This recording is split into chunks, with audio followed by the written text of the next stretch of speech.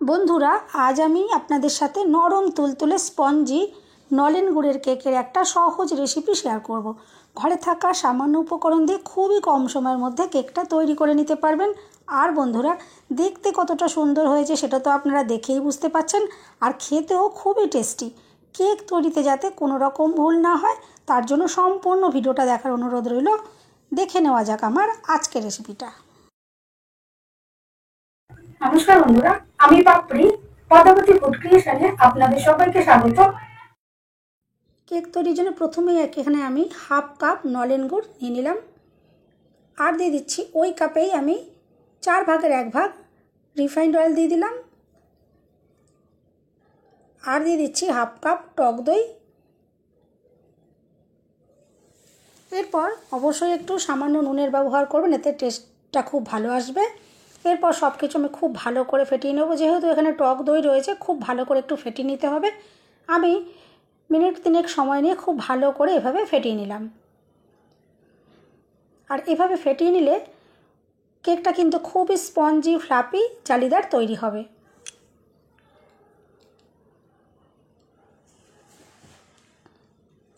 এভাবে ফেটিয়ে নেওয়ার পর আমি এখানে দিয়ে দিচ্ছি প্রথমে 1 কাপ ময়দা। ময়দা দেওয়ার পর খুব ভালো করে আমি ব্যাটারটা মিশিয়ে নেব।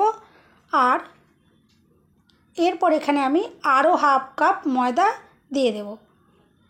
আর আমি নিয়ে নিয়েছি ওই কাপেরই হাফ কাপ লিকুইড দুধ। এটা আমি আগে থেকে ঘন করে জাল দিয়ে ঠান্ডা করে নিয়েছি। এরপর যতটা পরিমাণে দুধ লাগবে দুধ অ্যাড করে আমি একটা স্মুথ ব্যাটার রেডি করে নেব। আর কেকের ব্যাটার সবসময় কিন্তু একদিক থেকে এভাবে ঘুরিয়ে ঘুরিয়ে ব্যাটারটা রেডি করতে হবে। উল্টোপাল্টাভাবে ঘোরালে কিন্তু কেক কিন্তু স্পঞ্জি ফ্লাফি তৈরি হবে না। এরপর আমি একটা ছাঁকনি নিয়ে নিয়েছি, এতে দিয়ে দিলাম হাফ চামচ বেকিং সোডা। এর ভেতরে দেখতেই পাচ্ছেন কত দানা দানা রয়েছে, আমি এভাবে একটু চামচ দিয়ে একটু মিহি করে দিলাম। আর এখানে আমি দিয়ে দেব 1 চামচ বেকিং পাউডার। এটাও আমি ছাঁকনিতেই ছেঁকে দেবো, কারণ এর ভেতরেও অনেক সময় দানা দানা থাকে। এরপর একটু ভালো করে ছাঁকনি দিয়ে আমি ছেঁকে এগুলো নিয়ে নিচ্ছি। আর baking powder, baking soda active করার জন্য আমি খুব সামান্য পরিমাণে একটু জল এখানে দিয়ে দেব।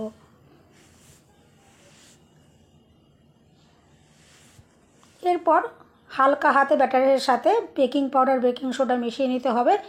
বেকিং পাউডার, বেকিং সোডা দেওয়ার পর কিন্তু ব্যাটারটাকে খুব একটা বেশি নাড়াচাড়া না করাই ভালো, একটু হালকা হাতে মিশিয়ে নিতে হবে। আমি এভাবে একটু হালকা হাতে মিশিয়ে নিলাম, যাতে খুব ভালোভাবে মিশে যায় সেভাবে একটু মিশিয়ে নিতে হবে। এভাবে মিশিয়ে নেওয়ার পরে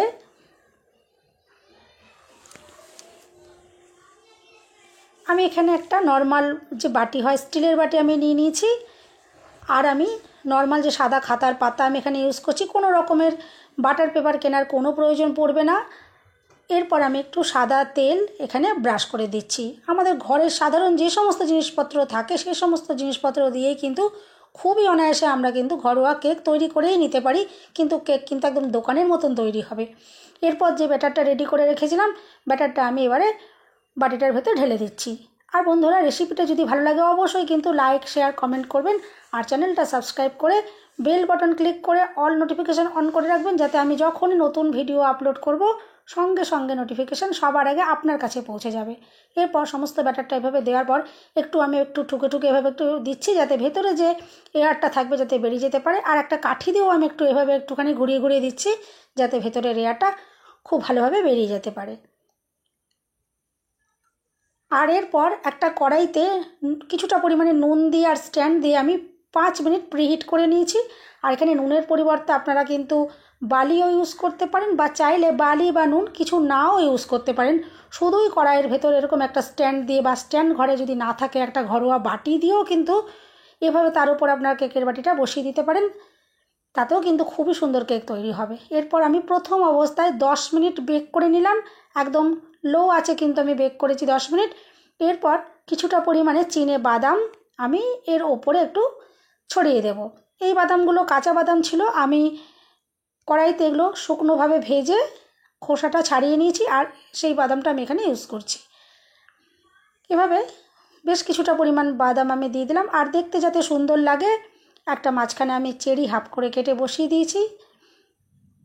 এভাবে বাদামটা দিয়ে দেওয়ার পরে আমি আবারও চাপা দিয়ে দেবো, আর এরপর আমি 40 মিনিট বেক করে নিয়েছি। আর গ্যাসের ফ্লেম কিন্তু লোয়েতে রেখেই এই কাজটা করতে হবে। 40 মিনিট পর দেখুন কেকটা কতটা সুন্দরভাবে ফুলে উঠেছে। আর একদম রেডি যাতে হয়ে গেছে কিনা সেটা বোঝার জন্য আমি একটা কাঠি এভাবে দিয়ে দিচ্ছি। আর দেখুন কাঠিটা সম্পূর্ণ ক্লিন এসেছে, তার মানে একটুকু ব্যাটার গায়ে লেগে যায়নি, তার মানে কেকটা সম্পূর্ণভাবে একদম রেডি হয়ে গেছে। এরপর আমি কেকটাকে নামিয়ে নেব উনুন থেকে, আর একদম ঠান্ডা করে তারপর আপনাদেরকে দেখাবো যে কেকটার ভেতর থেকেও কতটা যে সুন্দর তৈরি হয়েছে। কেকটা এখন সম্পূর্ণ ঠান্ডা হয়ে গেছে। একটা চামচের উল্টো সাইড দিয়ে আমি এভাবে একটু আলগা করে দিচ্ছি যাতে কেকটা ডিমোল্ড করতে সুবিধে হয়। এরপর দেখুন কেকটা কতটা ইজিলি বেরিয়ে আসবে। আর যে কাগজটা আমি দিয়েছিলাম দেখুন কাগজটাও কত সুন্দরভাবে উঠে গেল। আর শুধু কেকের কালারটা দেখুন কতটা সুন্দর কালারটা তৈরি হয়েছে, একদম দোকানের কেকের থেকে কোনো অংশে কিন্তু কম নয়। আর নরম তুলতুলে সেটা তো আপনারা দেখে বুঝতেই পারছেন কতটা নরম তুলতুলে স্পঞ্জি ফ্লাপি হয়েছে, আর ভীষণই হালকা তৈরি হয়েছে। এরপর কেকটা আমি আপনাদেরকে কেটে দেখাবো যে কেকটা কতটা অসম্ভব সুন্দর তৈরি হয়েছে, কতটা জালিদার তৈরি হয়েছে দেখে আপনারা বুঝতেই পারছেন। একদম দোকানের কেকের থেকে কোনো অংশ কম নয়। সবাই সুস্থ থাকবেন, ভালো থাকবেন, দেখা হবে নেক্সট ভিডিওতে। ভিডিওটা শেষ পর্যন্ত দেখার জন্য অসংখ্য ধন্যবাদ।